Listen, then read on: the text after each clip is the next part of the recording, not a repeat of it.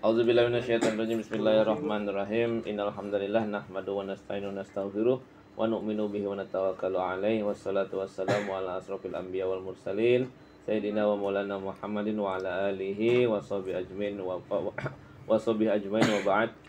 Sebelum pengajian malam hari ini kita mulai, mari kita bacakan sama-sama suratul Fatihah. Yang pertama kita dedikasikan kepada pengarang kitab ini, yaitu Haji Sulaiman Rasyid, atas kitab fikih Islam yang diberikan kepada umat sebagai bentuk karya pengetahuan. Yang kedua, bagi teman-teman kita yang hari ini berhalangan hadir baik karena sakit atau ada urusan, mudah-mudahan Allah sembuhkan semua penyakitnya dan mudahkan segala urusannya. Yang ketiga, untuk kita semua dan keluarga kita, mudah-mudahan tetap Allah limpahkan rahmat dan hidayahnya hingga akhir zaman, serta kepada anak cucu kita tetap taat pada Allah Subhanahu wa taala. Ala hadinnya wa fi kulli sallallahu hadratin Nabi Mustafa Rasulullah SAW. Al-Fatihah. A'udzubillahi minasyaitonir rajim. Bismillahirrahmanirrahim. Alhamdulillahirabbil alamin arrahmanir rahim maliki yaumiddin. Iyyaka na'budu wa iyyaka nasta'in ihdinas mustaqim shiratal ladzina an'amta 'alaihim ghairil maghdubi 'alaihim waladdallin. Hal-hal yang meninggalkan membatalkan 98. Poin aja. Oh iya. Bab terakhir. Hal-hal yang membatalkan sholat. Pertama, meninggalkan salah satu rukun atau sengaja memutuskan rukun sebelum sempurna. Umpamanya, melakukan i'tidal sebelum sempurna ruku. Nah, ini maksudnya meninggalkan salah satu rukun dengan sengaja adalah bersifat mufarokoh tadinya awalnya. Tadinya awalnya mufarokoh, tapi kemudian melampaui batas mufarokoh sampai akhirnya sholatnya batal. Jadi sengaja nggak mau ruku atau nggak mau i'tidal, tapi dengan niat nggak mau ikut awalnya mufarokoh, tapi tiba-tiba nggak usah i'tidal deh, nggak usah ruku deh, langsung batal sholatnya itu. Dia keluar dari jamaah itu harus. Yang kedua, meninggalkan salah satu syarat, misalnya berhadas dan terkena najis yang tidak dimaafkan. Stop. Berhadas kita lagi sholat kentut terus dilanjutkan, status hukumnya sholat yang begitu dosa. Jadi hati-hati, makanya disuruh meninggalkan jamaah. Tapi kalau terlalu padat, terlalu rapat jamaahnya, barisannya, kalau kamu keluar itu akan mengganggu kehusuan atau konsentrasi jamaah. Lebih baik bertahan dulu, tapi duduk di situ. Malu dong. Ya iya, resiko. Tapi karena kalau kita mau melewati mereka, jadi kemungkinan potensinya melangkahi orang sholat. Nah, tekniknya adalah sebetulnya bisa tidak melangkahi dengan cara jalan. Kita ngasih kode begini nih, ngasih kode begini supaya dia membuka barisan. Tapi jarang yang ngerti. Kakak udah pernah coba, banyak yang nggak paham gitu. Diminta buka soft tuh mereka nggak mau, karena seolah-olah katanya bergerak di dalam sholat batal. Padahal ada komunikasi dalam sholat yang mendukung sholat. Ingetin imam batal, jamaah mufarokoh, atau imam mengendalikan jamaah itu boleh, sepanjang masih berhubungan dengan sholat gitu. Jadi kakak pernah sholat di belakang Romo itu ngasih kode begini, kodenya begini, di bawah tangannya begini. Kita disuruh tahan, maksud jangan bangun lagi, duduk. Yang sepuh-sepuh yang kelas-kelas santri senior pada ngerti, kelas-kelas junior mah pada bangun. Kalau kakak ngerti, kakak bukan ngerti karena kodenya dari Romo, tapi kode dari guru kakak yang ada di depan. Kan kaidahnya begitu kan harusnya.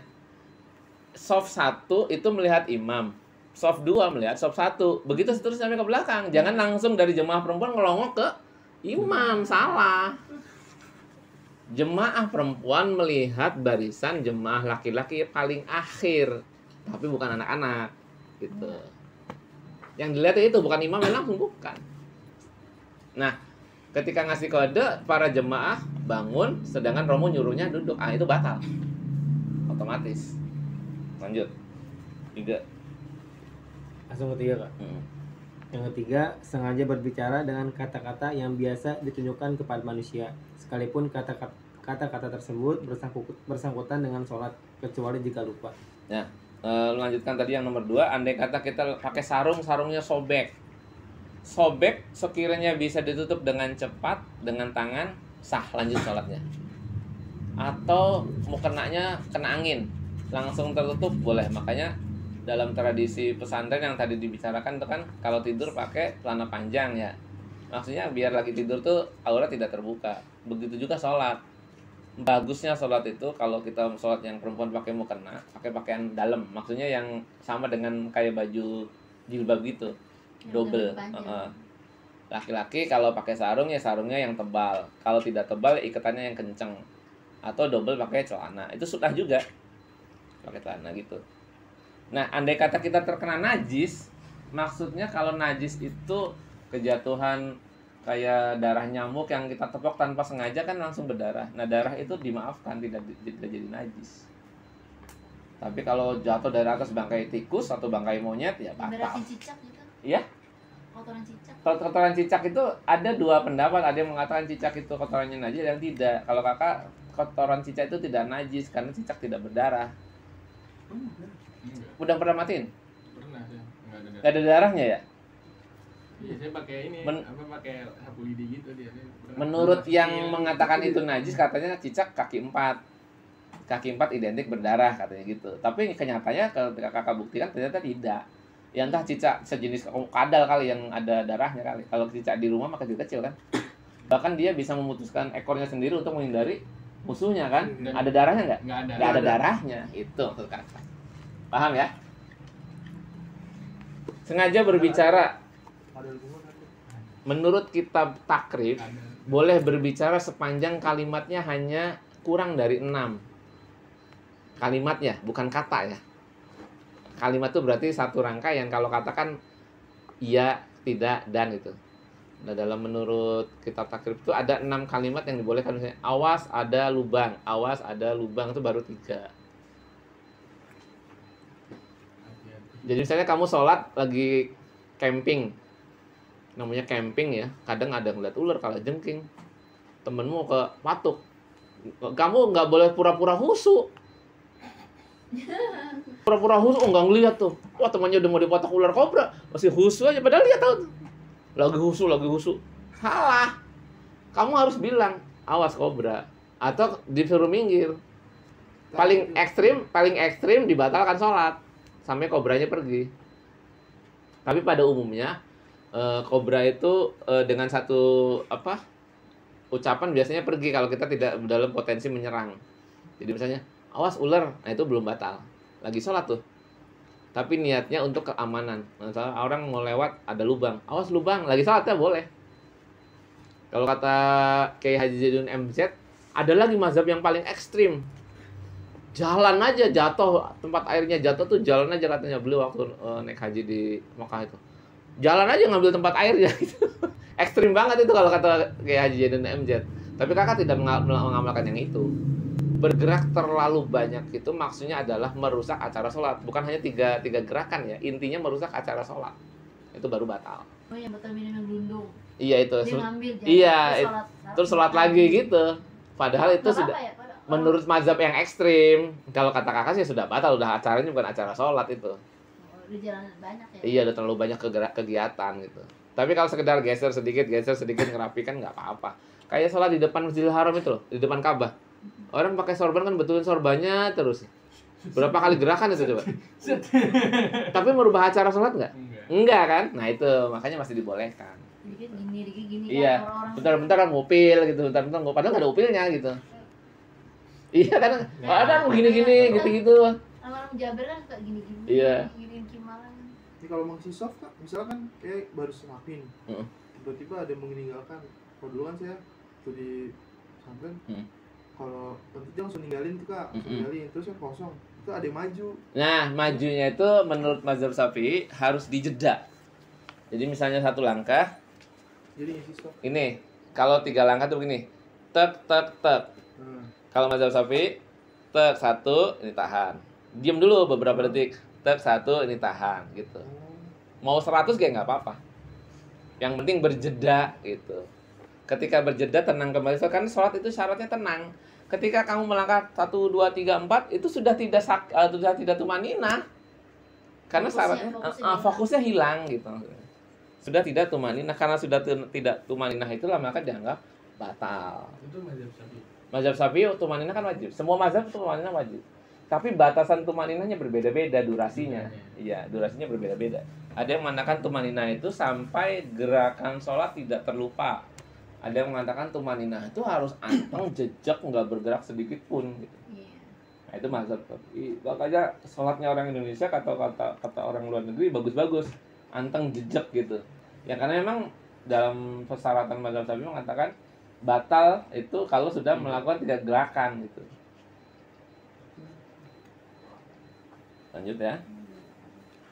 Di hadisnya ada itu dibacakan kalau Rasulullah sallallahu alaihi wasallam li Muawiyah Ibnu al-Hakam, inna hadhihi shalah la yasluhu fiha syai'un min kalamin nas, innamal ladzi yasluhu fiha wa huwa tasbihu wa takbiru wa qiraatul Qur'an. Dulu Sayyidina Muawiyah itu mendengar ada orang yang bersin.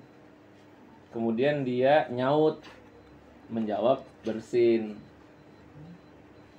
Kemudian muncullah hadis ini bahwa sholat itu tidak pantas ada omongan-omongan kecuali di dalamnya mengandung tasbih, takbir, dan membaca Quran. Gitu. Jadi menjawab bersin itu salah satunya sebetulnya kategorinya masih berzikir ya. Kata-kata kayak yarhamukallah, yahdi bikumullah itu masih kata-kata zikir, cuma sudah menghilangkan fokus sholatnya. Udah di luar konteks sholat. Iya, di luar konteks sholat. Kalau pendapat yang paling longgar itu sepanjang tidak mengucapkan kata di luar Arab masih sah katanya. Padahal orang berkata-kata dengan bahasa Arab kan bisa. Naam, la, takallum kan gitu. Jadi intinya bukan karena Arab dan tidak Arab yang intinya. Intinya karena merusak prosesi sholat atau merusak fokus sholat. Gitu. Bisa dipahami ya? Gitu. Lanjut bagian nomor 4. Coba dong. Bismillahirrahmanirrahim. Nomor 4, banyak bergerak. Melakukan sesuatu dengan tidak ada perlunya atau hajat, seperti bergerak 3 langkah atau memukul 3 kali berturut-turut. Karena orang yang dalam sholat itu hanya disuruh mengerjakan yang berhubungan dengan sholat saja, sedangkan pekerjaan yang lain hendaklah ditinggalkan. Nah itu ya tadi yang kakak bahas. Artinya bergerak melangkah berturut-turut itu menghilangkan fokus sholat sehingga dikatakan batal. Gitu. Lanjut.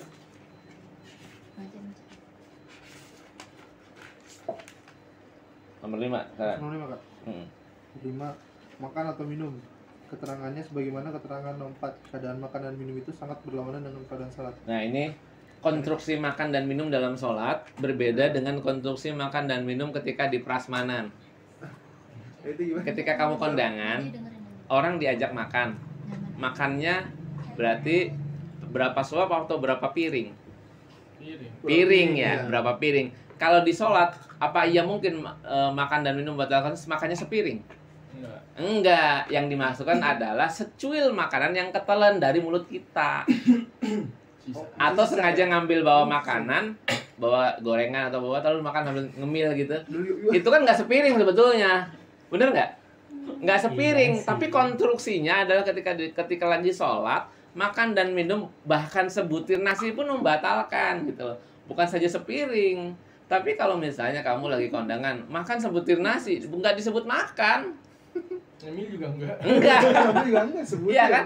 Konstruksi makan di acara kondangan dengan di acara sholat berbeda gitu.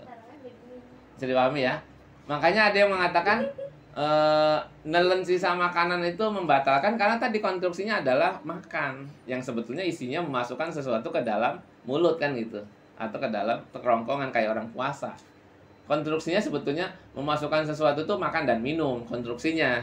Orang ketelan kemasukan nyamuk ya nggak apa-apa gitu. Kamu lagi puasa jalan naik motor kayak masukkan nyamuk tenggorokannya kan, ya nggak jadi masalah. Tapi juga nggak ngambil air buat ngelegain, enggak. Ucup nih. Airnya dulu kalau ucup. Enggak, konstruksinya nggak seperti itu. Ya kalau mau dimuntahkan, kalau mau ditelan ya ditelan gitu. Karena itu bukan suatu unsur kesengajaan. Jadi pahami ya.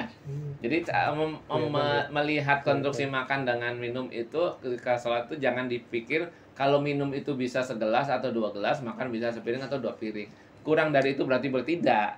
Artinya sebutir nasi pun atau seteguk minuman pun yang masuk ke kita menjadi membatalkan sholat.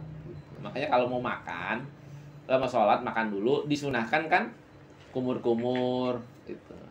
Kita wudhu tidak batal itu betul, tetapi ada potensi batal di situ. Ada potensi batal gara-gara nelan sisa makanan. Maka disunahkan kumur-kumur. Apa menggaransi tidak ada makanan lagi? Kan belum tentu juga gitu. Lebih baik ya kalau bisa menjaga makanan ya sholat dulu. Kalau tidak bisa ya udah makan, nunggu sampai turun gitu.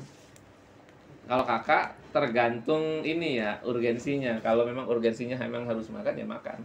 Kalau kakak di rumah ya lebih baik kakak lebih banyak menunda makan daripada sholat. Tapi kalau di sini di perjalanan kakak lebih baik makan dulu. Kayak ke rumahnya bunda tuh milih sholat atau makan dimakan. Karena konstruksinya fisik di situ demi menjaga kelangsungan fisik. Tapi kalau di rumah kan makan bisa ditunda kan emang kita nggak kemana-mana. Gitu. Tapi kalau puasa semuanya harus makan dulu. Orang kelaparan itu lebih rusak ibadahnya daripada orang yang kekenyangan. Kalau orang yang kelaparan akan memikirkan makanan ketika ibadah, tapi orang yang kekenyangan ibadahnya cenderung santai. Makanya kamu kalau ke masjid jangan tergesa-gesa. Saking pengen ngejar awal waktu, lari dari rumah salah. Naik motor ngegas, salah. Naik sepeda ngebut. Ngebut gimana? Saya tidak capek. Jauh ya. Ibunya. Tapi kalau memang mau istiqomah ya caranya ya datang awal waktu gitu. Jangan ngebut. Karena apa? Tuhan itu disembah bukan karena ketergesa-gesaan dan keterpaksaan. Allah itu tidak butuh keterpaksaan karena keterpaksaan itu hanya akan mendatangkan kekesalan. Tuhannya dikeselin gitu loh, ya nggak pantas, nggak sopan gitu. Sama aja kalau kayak kamu pagi-pagi udah curhat sama orang merutuk nasibmu, sama aja kamu sedang ngadukan Allah sama temenmu. Allah lagi digibahin gitu. Aduh pagi-pagi kesel banget saya, uang nggak ada, ini nggak ada. Kamu lagi ngadukan Tuhanmu di depan temanmu gitu. Allah tuh nggak kesel banget. Kan saya mau ngebagi rezeki, kamu malah curhat gitu. Gimana sih orang gitu? Lanjut ya. Gang, lanjut Gang. Bab selanjutnya sujud sahwi. Sujud sahwi ya. Sebab sujud sahwi adalah yang pertama ketinggalan tasyahud pertama atau ketinggalan kunut. Menurut pendapat-pendapat yang telah dijelaskan terdahulu dalam pembahasan sunnah yang lebih penting. Sabda Rasulullah SAW yang artinya dari Al-Mughirah, Rasulullah SAW telah berkata, apabila salah seorang dari kamu berdiri sesudah 2 rakaat, tapi ia belum sampai sempurna berdiri, hendaklah ia duduk kembali atau untuk tasyahud pertama. Dan jika ia sudah berdiri betul, maka ia jangan duduk kembali dan hendaklah ia sujud 2 kali atau sujud sahwi. Riwayat Ahmad. Kedua, kelebihan rakaat, ruku atau sujud karena lupa. Sabda Rasulullah SAW yang artinya dari Ibnu Mas'ud, sesungguhnya Nabi SAW telah salat zuhur 5 rakaat. Maka orang bertanya kepada beliau, jawab beliau, tidak. Mereka yang melihat beliau salat berkata, engkau telah salat 5 rakaat. Mendengar keterangan mereka demikian, maka beliau terus sujud 2 kali. Riwayat Bukhari dan Muslim. Yang ketiga karena syok. Ganti Rijal. Yang ketiga karena syak atau ragu tentang jumlah rakaat yang telah dikerjakan. Umpamanya ragu apakah rakaat yang sudah dikerjakan itu 3 atau 4, maka hendaklah ia tetapkan bilangan yang diyakininya, yaitu 3 rakaat. Maka ia tambah 1 rakaat lagi, kemudian sujud sahwi sebelum memberi salam.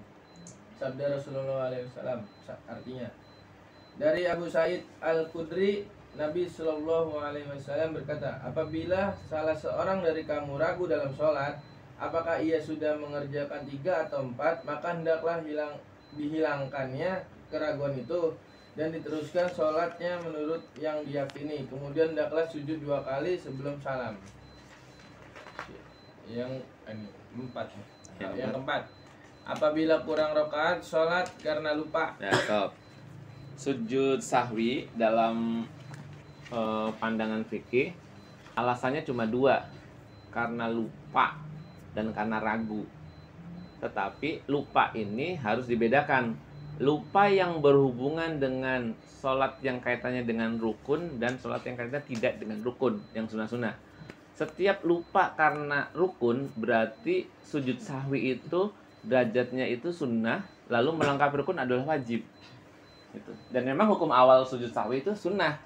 Tapi kalau sholat karena ragu atau syak, itu sebetulnya konstruksinya hanya ada di dalam diri kita. Kita mau meyakinkan atau mau meragukan. Ketika kita ragu berarti kita harus menambah. Misalnya ragu kurang rakaat, nambah 1 rakaat, kemudian setelah itu sebelum salam sujud sahwi. Tapi kalau kamu lupa tasyahud awal itu kan bukan rukun.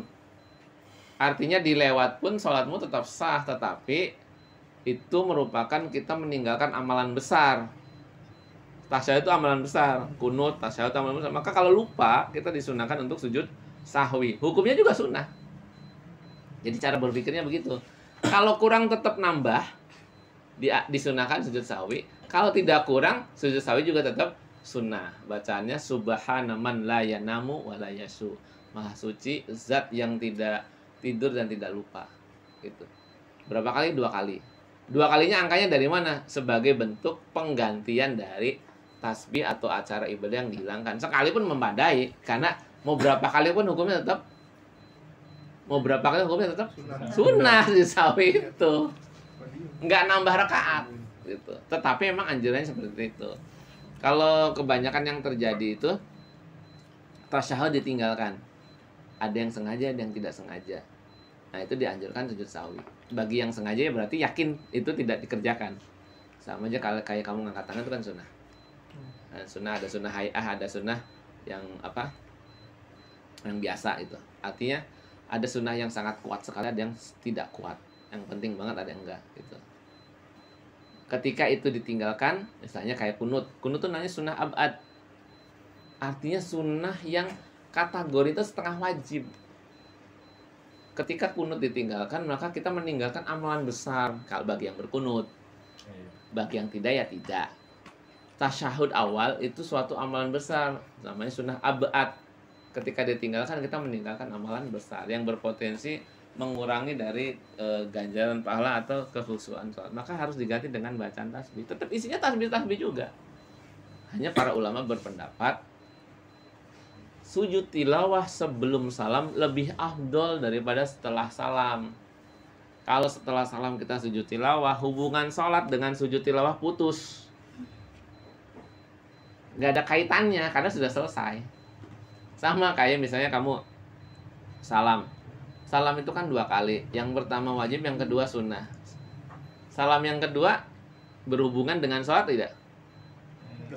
Berhubungan, kan sunnah. Nah, ini yang mendasari para ulama yang mengatakan bahwa sujud setelah salam itu masih boleh. Wong salam sebelah kiri aja masih dikaitkan dengan sunnah kok. Yang penting jedanya. Jedanya jangan kebanyakan. Kalau kata ulama begitu. Kalau jedanya kebanyakan, sholat putus. Nah, batas jedanya sholat putus berapa? Adalah ketika Nabi bersama Zulyadain kurang sholat. Itu Zulyadain tuh ngomong begini, ya Rasul, engkau ini ngeringkes sholat apa enggak? Emang kenapa? Engkau tadi sholatnya 2 rakaat. Kamu yakin? Iya. Langsung Rasul takbir lagi, ngelengkapin lagi. Nah, durasinya itu kira-kira kalau nggak salah itu cuma kurang dari 1 menit. Menurut suatu penelitian yang ilmiah zaman ini, kalau kata guru kakak itu hanya percakapan singkat yang tidak menyebabkan itu orang untuk mengulang pertanyaan. Ya durasinya kira-kira hanya 30 detik katanya. Ya berarti kan kurang 1 menit ya. Artinya ngomong-ngomong begitu tuh cepat gitu. Langsung buru-buru melanjutkan sholatnya. Jadi belum putus ternyata dengan jeda yang terlalu singkat itu.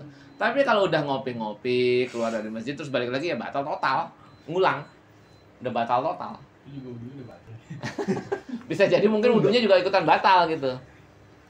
Artinya ketika misalnya lagi sholat sendiri di rumah, terus Nawab ragu, Kak, kayaknya aku ragu deh. Itu masih bisa tuh nambah rakaat atau mau melengkapi rakaat karena belum terlalu jauh jedanya. Tapi kalau udah ngobrol-ngobrol lama sampai bermenit-menit ya sudah, hubungannya sudah jauh. Jadi alasan sujud sahwi setelah salam itu karena salam setelah sholat menghadap ke kiri pun bagian dari sunnah. Nah, kalau yang mengatakan sujud sahwi harus berada di dalam sholat sebelum salam karena sholat setelah salam berarti putus gitu. Kalau kakak hematnya, yang penting nggak jedanya jangan lama-lama lah. Jeda kalau sudah lama sholat juga putus gitu maksudnya, jedanya. Jadi kalau kamu yang benarnya apa? Sebelum apa sudah salam? Yang kuat jawabannya adalah sebelum salam, yang kuat. Tapi kalau ada yang mengatakan sebelum salam, sesudah salam tapi jedanya pendek, sah juga. Karena salam setelah sholat itu kan 2 kali. Yang sebetulnya salam yang pertama itu kan memutus sholat. Gitu. Wajib, Iya kan? Selesai, acara sholat selesai kan? Assalamualaikum warahmatullahi. Putus, sholat itu selesai. Tapi kok masih disunahkan? Assalamualaikum warahmatullahi sebelah kiri gitu. Berarti kan jedanya terlalu pendek sehingga masih dikaitkan. Makanya seabdul-abdulnya doa adalah doa setelah salam. Begitu salam assalamualaikum langsung Allahumma ighfirli walidayya, itu bagus. Kamu mengutamakan orang tua dibandingkan dengan pribadimu. Kakak ya amalkan itu dari kecil atas ijazah dari saudara kakak. Itu luar biasa amal itu ternyata. Kakak baru sadar ternyata ketika kita mendoakan orang tua pun sebetulnya kita masih egois. Yang dulu kakak pernah cerita.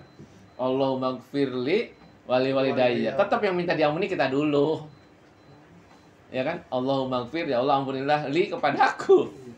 Walidayya dan kedua orang tuaku. Harusnya Allahumma ighfir walidayya, wali atau walia gitu atau wa'ana kan gitu. Logikanya kan begitu. Tetapi dalam pandangan Allah di Al-Qur'an yang ngomong, ketika kita mendoakan orang itu seperti orang sedang mencuci baju dalam ilustrasinya. Tetap yang namanya deterjen itu akan terkena dengan tangan kita dulu dibandingkan dengan baju gitu. Paham ya? Mendoakan orang tua itu tetap wasilahnya dari kita kepada orang tua gitu. Wasilahnya tetap dari kita, maka kita tetap diutamakan. Begitu ilustrasinya. Ini Al-Qur'an yang ajar kakek. Orang suruh berdoa kepada Allah, kepada orang tuanya, lafalnya itu. Itu bukan doa dari karangan ulama ya, dari Allah sendiri redaksinya. Iya, itu redaksinya dari Allah sendiri. Bukan dari orang tua. Bukan dari para ulama, bukan. Jadi bukan. Afdol itu dari Al-Qur'an. Makanya amalan itu aja, Neng, ya. Ngamalkan itu. Ya, setiap sholat aja. Sholat apapun ya, baik sunnah maupun wajib. Insya Allah berkah lah hidup kita. Ya minimalnya kalau kita nggak bisa membahagiakan orang tua dalam materi, setidaknya kita punya tabungan akhirat untuk membahagiakan orang tua di surga gitulah. Bahasanya begitu. Kita tanpa diketahui oleh orang tua kita mendoakan nggak ada putus-putusnya kepada mereka gitu. Baik yang hidup maupun sudah meninggal ya, sama aja. Terus kelebihan rakaat berarti misalnya sholat zuhur berarti 5. Ketika kita melakukan sujud sahwi, sholatnya tetap 5 atau jadi 4? Tetap 5. Jadi nggak ada yang perlu dikurangin. Tapi kalau kurang baru nambah. Kalau kurang baru nambah. Nah itu namanya syak, ragu. Dimantepin dulu. Kurangnya berapa? Sebaiknya dalam anjuran fikih kita ambil yang paling sedikit. Ini 4 apa 3? 3. Kurang. Lebih daripada kurang nantinya. Nantinya ujung-ujungnya lebih gitu. Daripada kurang beneran kurang. Tetap sujud sahwi. Sunnah juga. Iya, tapi misalnya gini, 3 apa 4 ya, kita yakin 4 selesai, sholat lancar. Artinya sholat berjalan sebagaimana normalnya. Gitu. Kita ragu ngambil 3 ulang. Iya, nah bagaimana Kak kalau kita diingatkan orang, Mas tadi sholatnya 5 zuhurnya 5 ya? Tapi acara sholat sudah selesai. Tapi Mas tadi sholatnya baru 2 loh, kan sholatnya harusnya 4 rakaat. Kamu segera nambah kalau sebelum terlalu lama. Kalau Mas udah lama, ngulang. Nambahnya kayak apa tuh? Oh langsung Nambah 2 rakaat lagi. Sholat biasa. Iya. Kalau tadi sholat mikir, Lagi sholat mikir, masih di dalam sholat belum putus. sholatnya mikirnya kalau dulu ya sholat berapa gitu. Gimana gitu? Itu bukan mikir, namanya ragu. Itu namanya ragu. Kamu harus tentukan. Sholat ngelamun. Kalau sholat ya itu kan Pikiran kemana-mana. dampak dari pikiran kemana-mana dan ngelamun akhirnya jadi lupa gitu. Makanya bahasa fikih solusinya tentukan berapa angka yang diyakini gitu. Pak, kalau puasa gimana Pak? Wah, saya kayaknya 30 Pak. 29. Lah nggak bisa, puasa masa harian, ada hitungannya jelas. Masa lupa? Lah nggak mungkin. Ada kayak gitu ya. Kayaknya saya kelebihan seminggu puasanya. Nggak mungkin kalau puasa, karena puasa itu seharian. Oh, lupa nih kalau lebih 2 hari ya. Atau ya nggak ada lah, nggak ada, insya Allah nggak ada. Kenapa? Puasa itu kan terlalu, bahkan kita mikirnya bagaimana menyelesaikan puasa lebih awal kan gitu. 29 apa 30, cari yang 29 dong mana gitu. Tetap hukumnya sah ya. Tetap hukumnya sah. Mau puasa itu 29 ataupun 30, kalau ada terjadi perselisihan begitu, kamu ternyata ambil senangnya 29 aja lah, tetap sebulan. Sama kayak lebaran, kan lebaran suka ada yang duluan. Hukumnya tetap sebulan, nggak ada masalah. Ya, jangan kamu lalu, oh kurang nih, enggak. Karena 1 bulan itu bisa 29 atau 30. Tenang aja. Yang nggak boleh itu 28. Nah 28 malah kurang, gitu, kurang banget tuh. Bisa ada perselisihan antara. Dia kan pasti ada lah, di mana-mana ada. Enggak antar negara, kadang antar kampung juga ada. Dulu kasus Cakung dengan Bekasi kan seperti itu. Cakung lebaran duluan. Iya kayak gitu ada. Ya kan? Cakung masih Jakarta juga. Jadi saya ikut lebaran sama. Lebaran Cakung ya? Iya, tapi sholatnya Besoknya, besok. besoknya dikasih lagi. Sholatnya besok. Taruh ya. Sah. Ya puasanya apa? Puasanya kan wajib, sholatnya sunnah kan? Sholat itu kan sunnah. Gitu. Jadi nggak ada masalah lah. Masuk lagi, nggak boleh tidur. Kak, itu bagian dari mensiasati syariat enggak? Enggak, insya Allah enggak. Itu bagian dari menenangkan warga. Itu bagian dari menenangkan warga tenang, insya Allah. Enggak ada bagian dari niat untuk mengkhilah atau mensiasati syariat, tidak. Jadi kalau warga berselisih tentang itu, ya kita siasati biar kita bisa diterima oleh kedua belah pihak. Enggak jadi masalah. Ya. Cuma alhamdulillah kakak belum ngalamin. Jadi diundang 2 sholat itu belum ngalamin. Karena kakak selalu ambil yang paling awal. Ketika awal kakak sudah lebaran, orang udah pada tahu gitu. Oh kakak udah lebaran ya, udah nggak usah diajak lagi puasa gitu. Udah pada tahu. Jadi santai malah. Semakin kita menjelaskan posisi kita, orang justru semakin maklum. Orang semakin maklum. Gitu. Jadi santai aja. Berikutnya yang terakhir, karena lupa, kurang rakaat karena lupa, wajibnya nambah rakaat, sunahnya sujud sahwi. Berikutnya terakhir ada sujud tilawah. Ini udah pada ngerti ya. Sujud tilawah itu karena membaca Al-Quran yang bertanda sajadah. Ini sudah pernah dibahas juga. Sujud tilawah dengan sujud sajadah sama ya, bacanya sama. Sajadah wajhiyya lillazi khalaqahu. Ini yang paling populer nih. Yang paling populer wajhiyya lillazi samahu, halaman 104.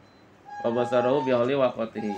Nah, di bacaan kakak pernah nambahkan fatabarakallahu ahsanul khaliqin. Ada. Jadi yang paling populer ini dari riwayatnya Tirmizi, bacaan sujud tilawah. Ada 15. Kalau ada wasawaru apa? Wasawaru sama ada tambahan juga. Nah, ada riwayat juga. Wasawaru. Ada. Wa basarahu. Itu yang paling populer ya, yang termasuk paling pendek. Ada juga sebenarnya yang paling pendek. Para ahli fikih mengatakan sujud, Subhanallah, alhamdulillah. ya sujud itu identiknya tasbih Baca itu dalam juga. kaidahnya. Karena sujud identiknya tasbih, maka membaca apapun yang kaitannya dengan tasbih sah. Tidak mesti baca sajadah. Wajhiyya lillazi, subhanallah walhamdulillah. Iya itu. Yang penting identik kaitannya dengan tasbih. Itu boleh kan, Mbak? Dan Boleh itu, aja. Karena nggak hafal. Iya. Ya nggak apa-apa sih kalau itu. Tapi andai kata pun tidak membaca apa-apa pun tetap sah. Sujud aja yang penting. Karena yang diminta adalah pekerjaannya. Sujud. Emang kamu pikir dulu Mike Tyson baru masuk Islam langsung sujud syukur itu emang baca apa? Oh, cuma baru masuk Islam. Mike Tyson habis menang lawan siapa itu? Petinju, langsung tiba-tiba sujud. Kita nggak nanya, bacanya apa Mike? Enggak kan? Lah karena yang diminta itu kan pekerjaan. Kah harus ngadap kiblat? Enggak harus ngadap kiblat. Kontuno aja katanya. Yang penting sujud dengan bentuk syukur. Makanya Iya. kamu habis sholat sujud itu alasannya apa? Ada kakak sering suka lihat ya. Alasannya apa? Harus ngerti alasannya. Jangan sampai kita menambah acara sholat. khawatirnya orang memahami keliru. Mau pergi nih ya, sujud dulu lama, baru bangun pergi. Ya, kakak sering lihat tuh di daerah Bekasi. Banyak. Oh banyak ya? Di kota-kota terbesar. Iya ya. Nah itu kamu perlu tanyakan juga, jangan sampai itu ditiru oleh orang yang nggak ngerti acara ibadahnya. Kayak orang dengerin azan Jumat, orang pada berdiri aja, pada ngapain coba ditanya? Pernah nanya nggak? Enggak. Kalau tujuannya adalah untuk biar tahiyatul masjid tidak batal, kenapa nggak dikerjakan langsung tahiyatul masjidnya? Biar boleh duduk. Kan sunnah kak, mendengar azan. Azan itu panggilan, wajibnya dipenuhi, didatangi. Udah datang ke masjid sudah gugur sudah. Panggilannya itu sudah gugur. Berarti acaranya acara yang dalam masjid ya, sholat sunnah, mendengarkan khotib gitu. Bukannya berdiri aja di tiang di masjid sambil dengerin azan. Mending jawab melongo. Duduk kayak Sunnahnya kalau menjawab azan kan. Iya. Bukannya melongo, kadang melongo gitu. Nah, tidur. Seolah-olah kayak sok alim banget tuh dengerin azan gitu. Emang ceramah dengerin. Azan itu dijawab. Apa yang dijawab? Panggilannya. Ketika kita sudah berada di masjid, panggilannya sudah selesai. Laksanakan acara-acara yang di masjid, tahiyatul masjid, duduk, dengarkan khotib gitu. Jangan berdiri melongo aja. Langsung duduk lebih baik ya? Langsung duduk kalau hari Jumat kurang baik. Yang baik itu sholat sunnah dulu tahiyatul masjid gitu. Walaupun khotib lagi berkhutbah. Kalau lagi azan, Lagi aja nggak apa-apa. Kan malah harus ditanya alasannya apa orang berdiri. Kan sudah di dalam masjid. Gitu. Udah selesai. Panggilannya. Dalam suatu kitab di kitab Al-Fatawa itu kalau nggak salah justru malah dilarang gitu. Berdiri ketika mendengar ayat tanpa ada alasan yang jelas. Dihukumi makruh. Kalau diri gue pernah dong. Ya kan? Nyari tempat duduk. Ya kalau itu masih pantas ya, ada alasannya ya, masih pantas. Ini mah orang nggak ada alasan apa-apa. Udah di tengah-tengah berdiri. Udah di tengah-tengah berdiri lagi. Udah gitu ngelongo lagi, bukannya menjawab azan gitu. Azan gak kelar tetap berdiri. Dah cukup. Sebelum dilanjutkan dengan pertanyaan, kakak tutup dulu ya. Apa yang disampaikan mudah-mudahan bermanfaat. Subhanaka Allahumma wa bihamdika asyhadu an la ilaha illa anta astaghfiruka wa atubu ilaik. Assalamualaikum warahmatullahi wabarakatuh. Waalaikumsalam warahmatullahi wabarakatuh. Waalaikumsalam.